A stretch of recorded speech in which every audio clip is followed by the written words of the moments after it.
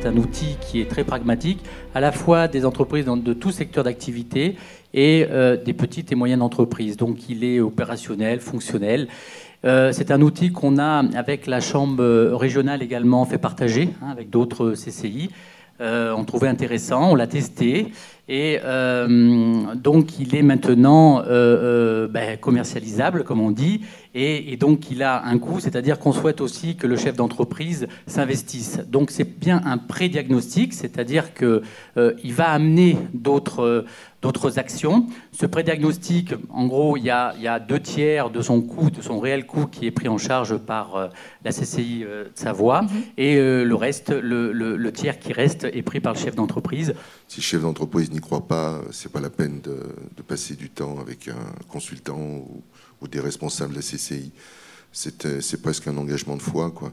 Je pense que quand je suis arrivé dans la Maurienne, moi je viens de l'Ain, je viens de Bellegarde sur Valserine, et malgré un grand-père au Savoyard et une mère des Dombes, j'étais pas du tout savoyard, mais bon, j'ai toujours bien aimé la Savoie. Donc moi j'ai une règle, c'est que quand on est dans une région, il faut d'abord regarder au plus près de chez soi ce qu'on a. Et à part les 3 cadres qui dirigeons Terre-et-Coval, l'ensemble des employés sont tous de la Maurienne, de Aiguebelle à Saint-Jean, Saint-Michel. Et ça, c'était une volonté de ma part. C'est-à-dire, plutôt que de chercher des chasseurs de tête, même si au niveau du personnel, on avait besoin d'un personnel de base, j'ai voulu absolument travailler avec des gens de la Maurienne. Et derrière, il en a été de même avec les sous-traitants. Les premiers retours que l'on a eus sur la petite cinquantaine de pré-diagnostics que l'on a réalisés, c'était ça. Bon, il ne faut pas qu'il soit jugé. Par contre, d'abord, il faut qu'il ait le temps. On parlait qu'il tout à l'heure. Qu'il prenne le temps. Qu'il prenne le temps, oui, mais qu'il ait la volonté déjà de le faire, et le temps, il le trouvera. Donc, c'est prendre le temps. Et puis ensuite, on pose des questions qui sont un peu gênantes, parce qu'on rentre dans sa société, on rentre dans son fonctionnement, on lui pose des questions sur son personnel, on lui pose des questions économiques, on lui demande comment ça marche, on lui demande est-ce qu'il a des idées pour que ça marche un peu mieux, etc. Donc on pose des questions gênantes, et donc s'il n'est pas libre de donner les réponses les plus objectives possibles, ça ne marchera pas. Parce que je suis le premier département en France en termes d'emploi industriel. Et je n'ai pas du tout un dispositif industriel en France qui correspond aux besoins des entreprises. Et ça fait quelques années, je me bats et je remercie la région, parce que la région nous écoute, on peut discuter avec la région.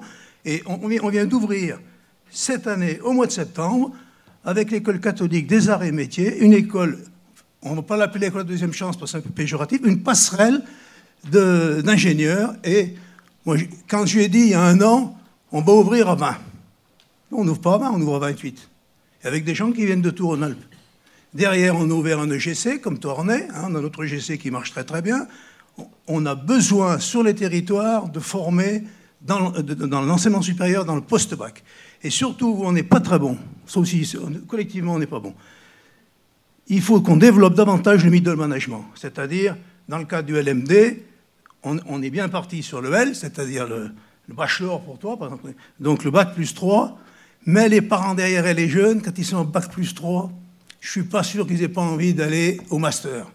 Et nos entreprises n'ont pas forcément besoin que de master. Elles ont aussi besoin de bachelor. On s'aperçoit bien, et dans tous les métiers, y compris dans le mien, je suis dans le BTP, que ces dernières années, le niveau de compétence, et le ministre l'a dit, et là je suis d'accord avec lui, n'a fait que monter. Si moi, je suis dans le BTP, moi, un chef de chantier, il y a 20 ans, il avait dans le meilleur des cas un CAP, pas sûr encore. Puis après, on a du CAP, on est passé au bac pro, du bac pro au BTS. Et puis du BTS, on reste au BTS pour le chef de chantier. Après, les ingénieurs, c'est les autres. Mais je peux vous dire, c'est grâce aussi à la région, là, je le dis. C'est grâce à la région, quand on est allé les voir et qu'on leur a dit, on crée un bac génie civil chez nous, et derrière le bac génie civil, créons un BTS bâtiment. Ils nous ont regardé, oui, c'est pas mal, tout. Alors au début, on a fait 15 par apprentissage, ils sont 15 par la voie scolaire. Aujourd'hui, ils sont 30 et ils sont tous pris. Autre levier, l'innovation, important, capital. Alors l'innovation, c'est le niveau... Il y a plusieurs types d'innovation. Voilà, et en France, on ne parle pas d'innovation, ça ne veut rien dire, l'innovation.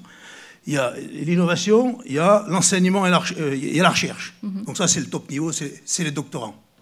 Et puis après, il y a l'innovation appliquée en entreprise. Et puis après, il y a la recherche et le développement en entreprise. Donc, ce n'est pas du tout les mêmes niveaux.